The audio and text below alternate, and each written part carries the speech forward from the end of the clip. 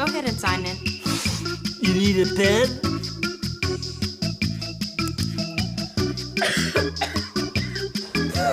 Mom says I'm so contagious.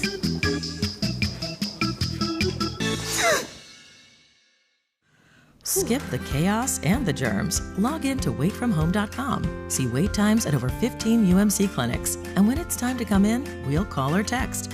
Skip the wait. Waitfromhome.com.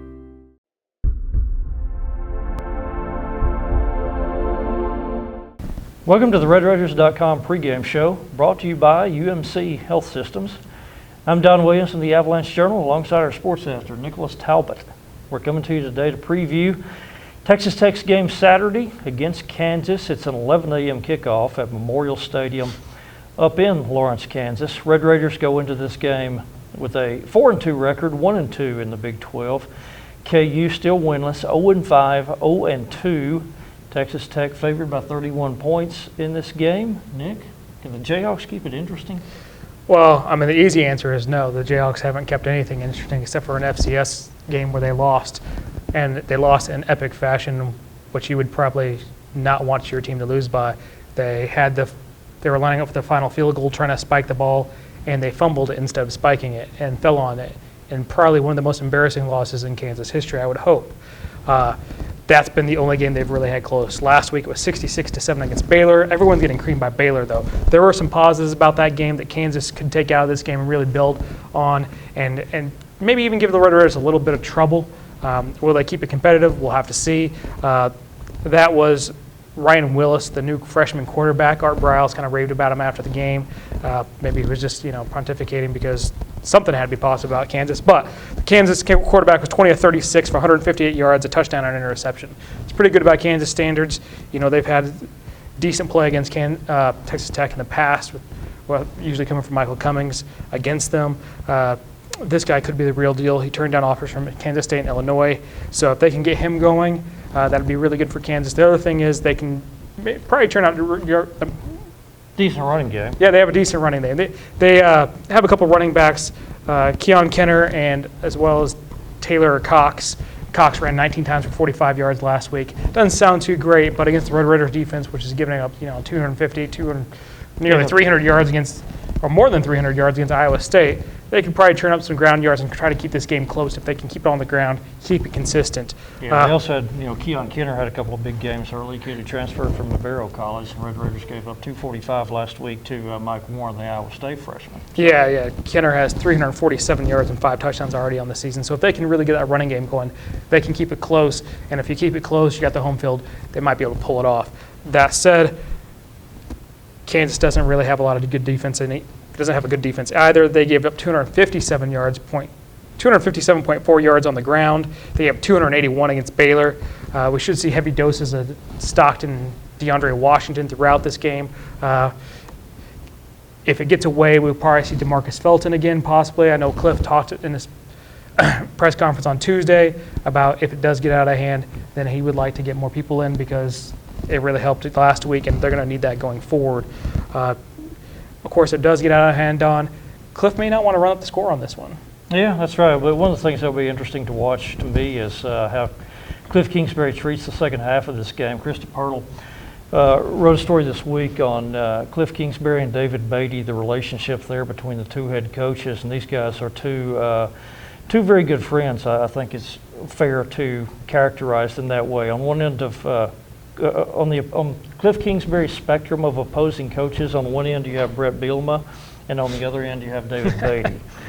These guys were, I think he has Cliff's respect, one, because he's a former Texas high school coach. We know how much Cliff loves those guys. David Beatty coached in the Metroplex at 4 different high schools before he got into college coaching.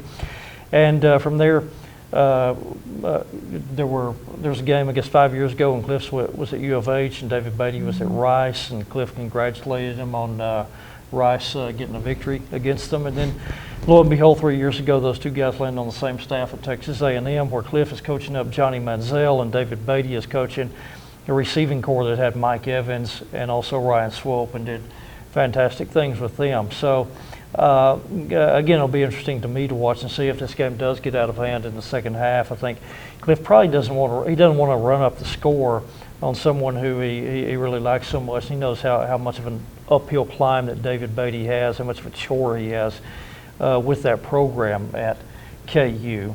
Yeah. So, and if it does get out of hand, of course, like I said, Cliff will want to get some more action in, especially at the wide receiver position. Really, they don't have a lot there because of injuries. Dylan Cottrell's probably lost for the season. They're talking about redshirting him if he doesn't come back. We know we're not going to see him this week.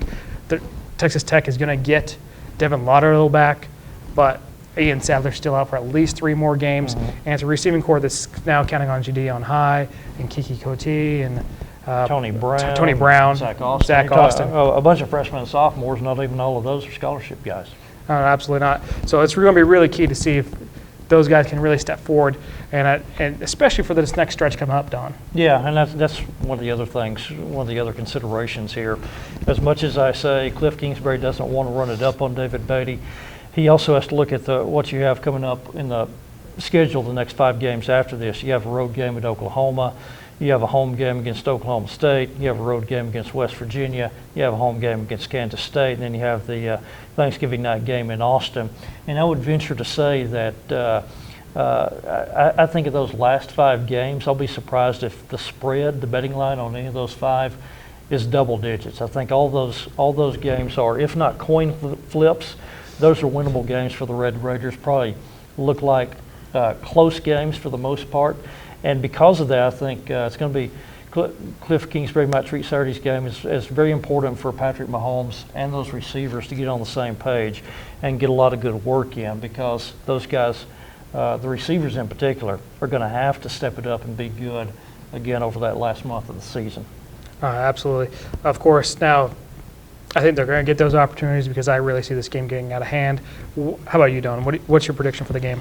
I'll go with, how about the average points per game for these 2 teams this season? Red Raiders averaging 53 points a game, Kansas 19 points a game. I'll say 53-19 Tech.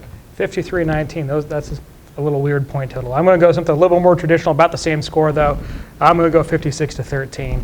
I do think the game will get out of hand quick. I think the run game will be stopped to an extent, and I don't think Texas Tech's going to be able to score pretty much at will on these guys. So, from Don Williams and I'm Nicholas Talbot, we want to thank you for joining us today on the Red Raiders pregame show presented by UMC Health Systems.